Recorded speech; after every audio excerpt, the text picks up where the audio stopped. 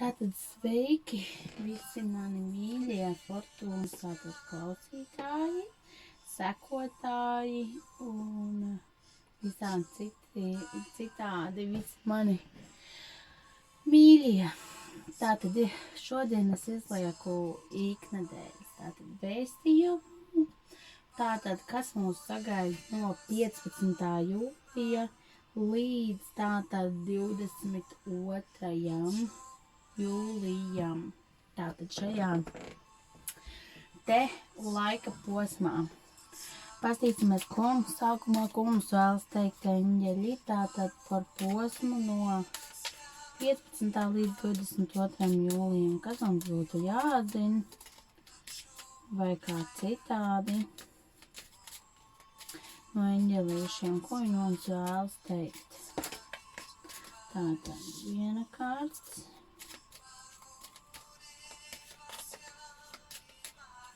Un otra kārts. Tātad, šajā te laika posmā mums šajā te laika posmā no 15. līdz 22. tātad būs sevis sakārtošanas laiks, sevis izzināšanas laiks, padomāt par to, kuras situācijas pagātnē ir tās, kuras jums neļauj tikt uz priekšu, kuras jūs bremzē, kuras jūs attur tātad no iešanas uz priekšu, kas jūs ir sāpinājušas, kas ir, teiksim, aizskārušas jūs. Un viņas arī, teiksim, ļoti varētu būt šajā laika posmā, kad var atgādināt par sevi šīs situācijas. Un ja viņas par sevi atgādina, tas nozīmē, ka mēs viņas neesam atlaiduši, mēs viņas neesam palaiduši, mums ar to vēl ir jāstrādā.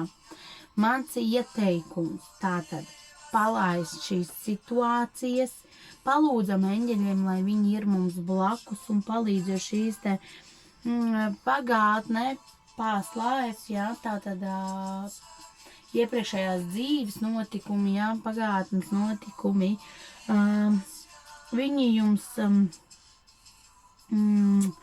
arī, nu, teiksim, šīs situācijas jums atgādinās, liks atcerēties par to, lai jūs šīs kļūdas nepieļautu vēlreiz, lai jums atgādinātu par to, lai jūs neietu vēlreiz šo te pašu sāpju ceļu un no tā ņemt tātad piemēru. Tā ir pieredze, un par pieredzi, jebkuru pieredzi mums ir jāiemācās pateikties. Arī es esmu iemācījusies pateikties par visām sāpīgajām pieredzēm, lai no tām atteiktos un ietu tālāk. Paldies par šīm pieredzēm, ka mums viņas ir bijušas, bet mums viņas šobrīd tālākā ceļā nav nepieciešams. Tāpēc paldies jums, un es esmu gatavs iet tālāk. Vēl vēlos piebilst arī to, kad šis ir laiks, kad ir jāpadomā par to, kas jums patīk, kā jūs vēlaties justies, kas jums liek justies laimīgiem, kas ir pareizi priekš jums, kas ir tas, ko jūs patiešām vēlaties, un vai jūs esat tur, kur jūs vēlaties būt, vai jums ir blakus tie cilvēki, ko jūs vēlaties, lai jums viņi ir blakus, vai jūs esat pareizajā vietā. Tātad šīs te atklāsmes var atnākt nākamā nedēļā pie mums diezgan daudz, jā, un pie tiem, kam arī tas atnāk ļoti intensīvi, tas var notikt gan sapņos, tas caur sapņiem, tas var notikt caur kaut kādām vīzijām, tas var notikt caur vienkārši kaut kādām domām, pēkšņi mēs sākam domāt par kaut ko. Tas nenozīmē, ka tas ir nepareizi, tas ir pareizi, un ir pareizi arī kādreiz kaut kur justies slikti. Tas ir pilnīgi normāli un pilnīgi pareizi. Tas ir jāpieņem un vienkārši ir jāiet tālāk uz priekšu un jādomā, ko mēs varam mainīt un kā šo situāciju atrisināt. Tas būs tātad no mūsu mīļajiem eņģelīšiem. Un tagad es pastīšos no taro kārtīm. Tātad, ko mums vēlas teikt taro kārtas laika posmā no 15. tātad līdz 22. jūlijam no 15. līdz 22. jūlijam. Tātad, ko mums sāk teikt taro kārtas? Kas mums būtu jāzina, jāieklausās, teiksim, tajos padomos, ko mums sniedz visiem tie, kas klausās un skatās, kas viņiem būtu jāzina.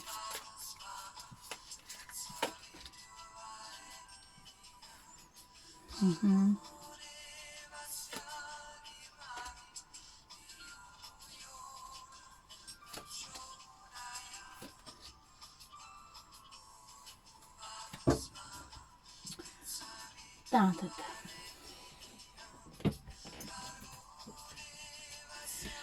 Tātad sāksim ar to, ka arī darbības sfērās darbā būs nelieli svētki, sanāksmes, bet tādas pozitīvas lietas, kas mums tātad ļaus iet uz priekšu, jā, un tātad,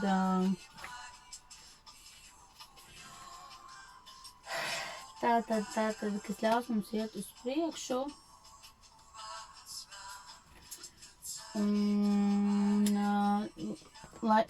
ļaus iet uz priekšu, ja tātad attīstīties darbības sfērās. Darbā, jā, tātad būs arī diezgan kaislīga šī te nedēļa, kaislības attiecībās vēl uzvirmos, iespējams arī ir kaut kādi konflikti, nesaskaņas savstarpējas, jā, bet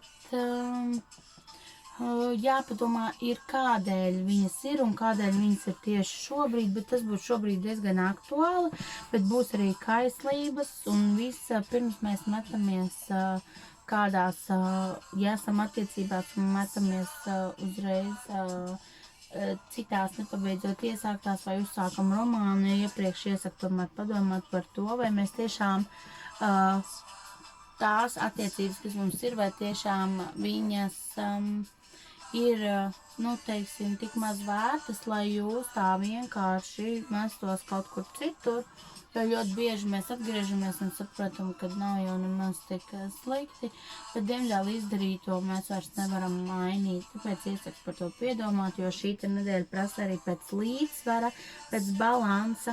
Jebkurās attiecībās mēs mēdzam pastrīdēties un viss, bet tas nenozīmē, ka šajās te attiecībās nav šī te līdzsvara un balansa arī pēc kaistas, mīlestības un sapratnes. Vēl šajā te nedēļā ir laiks ķerties, tātad vērsim pie ragiem un laiks iet uz priekšu, laiks iet darboties, rīkoties, ņemt grožus savās rokās. Ja jūs esat kādu situāciju palaidis pašplūsmā, laiks ir paņemt to tā kārtīgi, jā, paņemt grožus savās rokās un iet uz priekšu un izdarīt līdz galam, neatstāt to pusmastā vai kā, jo ļoti bieži šī situācija pēc tam, protams, mums atnes arī darbības, atnes šos te augļus, jā, vai arī attiecības uzlabojās, jo arī attiecībās, līdz ko mēs tās palaižam pašplūsmā, arī tad viņas mums, nu, diemžēl iezogās tā rutīna un vispārējais, bet tāpēc visās lietās būtu vajadzīgs nepieciešams pēc līdzsvara, lai mums viss ir līdzsvarā, lai mēs paši esam līdzsvarā, lai visas lietas mums apkārt attiecības, tāpat arī savstarpējās attiecības ar ģimeni, ar pārējiem cilvēkiem, lai mēs viņās ieviešam līdzsvaru un ielaižam tās savā dzīvē tik daudz, cik tas ir nepieciešams, lai būtu šis līdzsvars un harmonija. Un tas ir arī šodien no manis viss, tātad, ja, par nākamo tātad nedēļu arī būs darbīgs, ja, un darbi nesīs savus augļus un uzvaras, tātad kaut kādas atklāšanas varbūt, kad iespējams arī, ja, kādu jaunu biznesu aktīvi nākamnedēļ atklās, un, jo darbības sfērā ir gaidām tātad augļu nobaudīšana, jeb svētki, ja, tātad izbaudam vasaru, izbaudam laiku, ir šis te atvaļinājums laiks, un es jums novēlu, esam godīgi pret sevi, pret citiem, un veidojam līdzsvaru ap sevi. Ja mēs būsim līdzsvarā ar sevi, mēs būsim līdzsvarā ar visu pārējo. Paldies jums, mani mīļie, un pagaidām teikšu jums tā.